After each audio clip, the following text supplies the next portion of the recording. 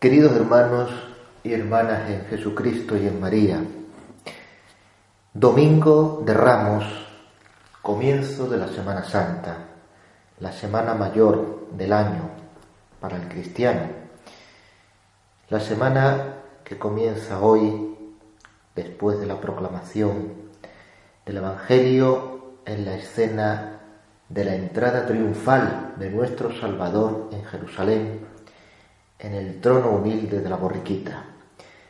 Vamos a seguir nuevamente el consejo de San Ignacio de Loyola de entrar con nuestra imaginación, con las potencias de la mente, en aquella escena como si estuviéramos allí presenciándola. Y lo primero que vamos a plantearnos es una pregunta que, como todas las preguntas de conciencia, han de hacerse para obtener un provecho espiritual importante. Y la pregunta es, cuando nos metemos con la imaginación en la escena evangélica de la entrada de Jesús en Jerusalén, la pregunta ¿es posible que las mismas personas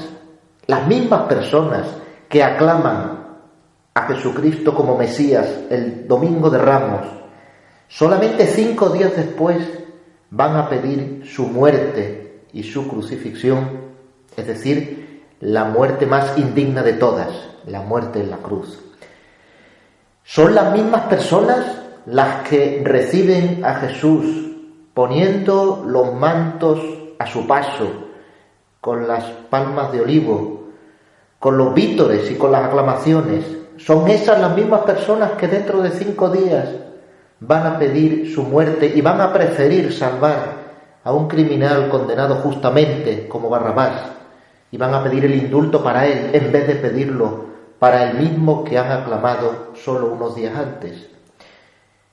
Todos sabemos que la respuesta es que sí, pero tenemos que hacernos esa pregunta para que sea de provecho espiritual para nosotros, pues para ver por qué, el por qué esa respuesta es afirmativa. ¿Cómo es posible que sea la misma gente? ¿Cómo es posible que la misma gente que ha aclamado a un hombre al poco tiempo pida su condenación? Pues el motivo creemos que es sencillo en el fondo de entender. Lo que pasa es que quizá durante mucho tiempo hemos oído la proclamación de este Evangelio y no hemos querido profundizar en este sentido. Y este sentido tiene mucho que ver con nuestra vida y por eso lo tenemos que reflexionar en esta homilía, todos nosotros al comienzo de la Semana Santa. Pues se trata sencillamente de que la muchedumbre que recibe a nuestro Señor Jesucristo está viendo en Él a alguien que viene a solucionar los problemas materiales, los problemas humanos. Están viendo a alguien que viene a acaudillar una revolución por un mundo más justo, por una sociedad más justa, por la libertad frente a la opresión del poder militar romano, del poder imperial.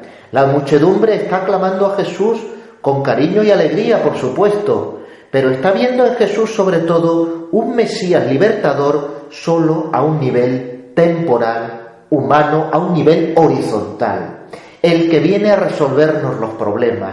Entonces, naturalmente que se le aclama, porque sabemos que ha curado a ciego de nacimiento, le ha dado pues la posibilidad de andar a personas que han perdido las piernas, personas que han perdido la movilidad, ha hecho toda clase de milagros, incluso ha resucitado pues a su amigo Lázaro y ha hecho una serie de hechos prodigiosos que no puede entender la razón y que siempre ha redundado en el bien de la persona humana. Ese es el hombre que entra en Jerusalén. Y la muchedumbre lo aclama como un libertador y lo exalta como alguien que es el Mesías. Pero sucede que luego nuestro Señor Jesucristo, que está predicando en el templo, que está hablando a los corazones y a las conciencias, ese mismo Jesús que ha entrado en Jerusalén, les está diciendo a ellos, como también nos dice a nosotros, que ha venido para redimirnos del pecado, para pedirnos la conversión de nuestra vida, el cambio de nuestra vida, para anunciarnos la salvación eterna si somos fieles a su voluntad, a la voluntad de Dios y a la palabra revelada. Jesucristo no ha venido a ofrecernos unas soluciones meramente materiales para nuestra vida humana, sino que sobre todo ha venido para ofrecernos la solución definitiva para la vida eterna, que naturalmente incluye también la felicidad en la vida temporal, pero una felicidad que está con los pies en la tierra mirando a la felicidad eterna en el cielo. Una felicidad que no se agota en lo humano, sino que mira hacia lo sobrenatural. Por tanto, el motivo de ese cambio en la muchedumbre es que cuando gran parte de la muchedumbre constata que el mensaje de Jesucristo les está llegando a las conciencias, que les está pidiendo cambio de vida, esfuerzo moral, lucha contra el pecado, lucha contra el egoísmo, entonces se dice, a ese no lo queremos. A ese ya no lo queremos. Ya no es nuestro Mesías, ya no es el que esperábamos. Esperábamos a alguien que resolviera solo nuestros problemas temporales. Pero ahora, queridos hermanos, cuando Jesucristo está tocando las conciencias y está exigiendo un compromiso y cambio de vida, entonces se le dice, no, crucifícale, quítenlo de nuestro camino porque no nos interesa. Queremos seguir viviendo, entre comillas, a gusto en la feria de los sentidos y de esa manera no preocuparnos de nada más.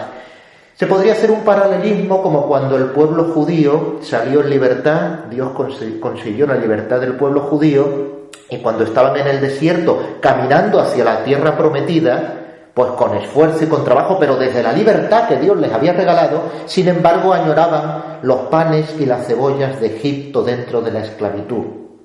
Algo así es muy parecido, o podría aplicarse el símil a lo que sucedió en la muchedumbre de Jerusalén, salvando las excepciones, la minoría de aquellos que sí habían entendido y asumido de verdad el mensaje de Cristo y que estuvieron fieles con él hasta la cumbre y hasta el momento final del Calvario. Pero esta reflexión que hacemos de la entrada del Señor en Jerusalén nos puede ser de un gran provecho para todos nosotros y más especialmente en la época que estamos viviendo. Y hacemos una comparación inmediata. A nosotros parece que en general, hoy sobre todo en la sociedad occidental y dentro de nuestro pensamiento posmoderno, pues lo que queremos es una religión meramente emotiva, sentimentaloide, una religión que haya venido a darnos un plus de alegría natural y de felicidad. Esa religión sí la admitimos, por eso tienen tanto éxito todas estas sectas orientalistas, pues que dentro de su contenido no hay nada de cambiar la vida, no hay nada de un compromiso definitivo, no hay nada de ascética ni de esfuerzo moral. Es otra cosa, al estilo de la nueva era y de otro tipo de movimientos, tan afines al modernismo teológico. Pero queridos hermanos, eso no es la verdadera fe, y es lo que nos puede estar pasando ahora. Es decir, admitimos sí a Cristo como personaje histórico, admitimos la religión pues como una especie de filosofía de vida que nos promociona personalmente, e incluso que si hay milagros que nos devuelve la salud, pues mejor todavía. Y un Cristo pues que ha venido a solucionarnos nuestros problemas temporales se admite. Pero naturalmente cuando nosotros escudriñamos la voluntad del Señor manifestada en su palabra y en la interpretación que hace de la palabra la Iglesia a través de su magisterio y de su enseñanza, cuando ya la Iglesia nos recuerda que tiene que formar nuestra conciencia moral, cuando se nos pide exigencia, compromiso, santidad como don y tarea, que se olvida eso de la tarea y algunos creen que es solamente un don. La tarea, la lucha ascética, aquello que algunos critican llamándolo pelagianismo. El pelagianismo es otra cosa. El pelagianismo es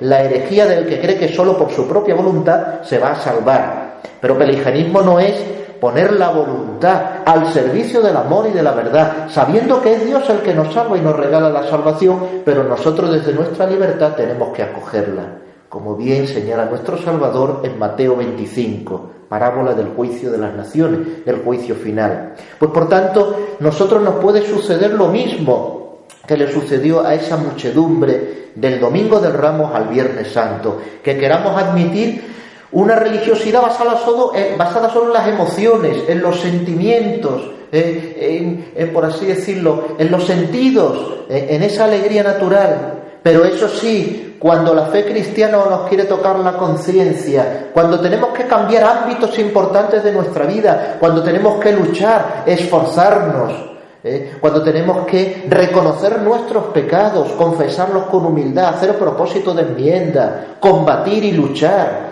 por el honor de Dios y por la salvación de las almas, compromiso definitivo, entonces ahí ya no, entonces ahí ya nos defendemos y nos blindamos y decimos, a ese no, a ese crucifícale. Y es lo que hacemos nosotros cuando queremos acomodarnos a una religiosidad meramente emotiva, sentimentaloide, posmoderna, modernista, de cuño meramente, por así decirlo, neoprogre, no sé cómo calificarlo ahora, liberaloide, sentimentaloide, aunque me esté repitiendo mucho, pero insisto en esa repetición porque creo que es buena, son palabras que nos son familiares.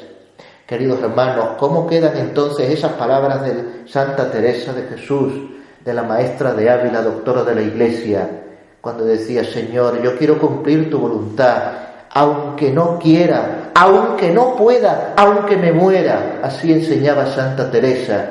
¿Qué diferencia con esa concepción de la religiosidad meramente emotiva, meramente festiva, pero festiva solo desde la festividad natural del momento, de una religiosidad con una serie de signos y de símbolos externos?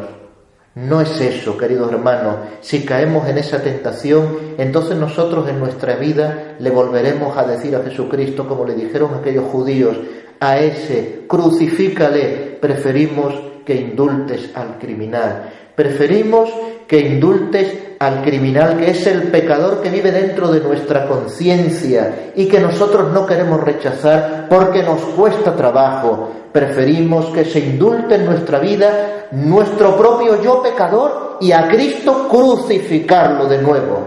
Esa es la opción que hacemos cuando optamos por esa religiosidad aparente y falsa. Termino la homilía, queridos hermanos, recordando aquellas palabras que sonaron tanto y se dieron tanto eco en su momento del Papa Francisco, cuando critica con toda la razón del mundo pues aquellos cristianos que viven solo una cuaresma sin Pascua. Efectivamente es así, la cuaresma hay que vivirle el espíritu de la cuaresma y la conversión mirando siempre a la Pascua y a la resurrección, sin la cual seríamos los cristianos unos auténticos desgraciados. Pero queridos hermanos, no queramos por el contrario vivir una Pascua sin cuaresma. No queramos vivir el espíritu de la resurrección y de la alegría sin la cuaresma del compromiso y de la conversión personal. Porque si optamos por una Pascua sin cuaresma, es cuando estaremos diciéndole de nuevo a Jesucristo, a ti no te queremos como Rey, que sea crucificado de nuevo, y nosotros salvamos a nuestro yo pecador, que es el que nos da, por así decirlo, la alegría del animal sano que quiere vivir ajeno a la sobrenaturalidad. Le pedimos hoy a la Santísima Virgen María que nos ayude no solo a vivir fervorosamente este Domingo de Ramos, sino toda la Semana Santa, para que sea un tiempo de gracia y de conversión personal para cada uno de nosotros y que sepamos contagiar ese espíritu de verdadera conversión a todos aquellos que nos rodean. Que así sea.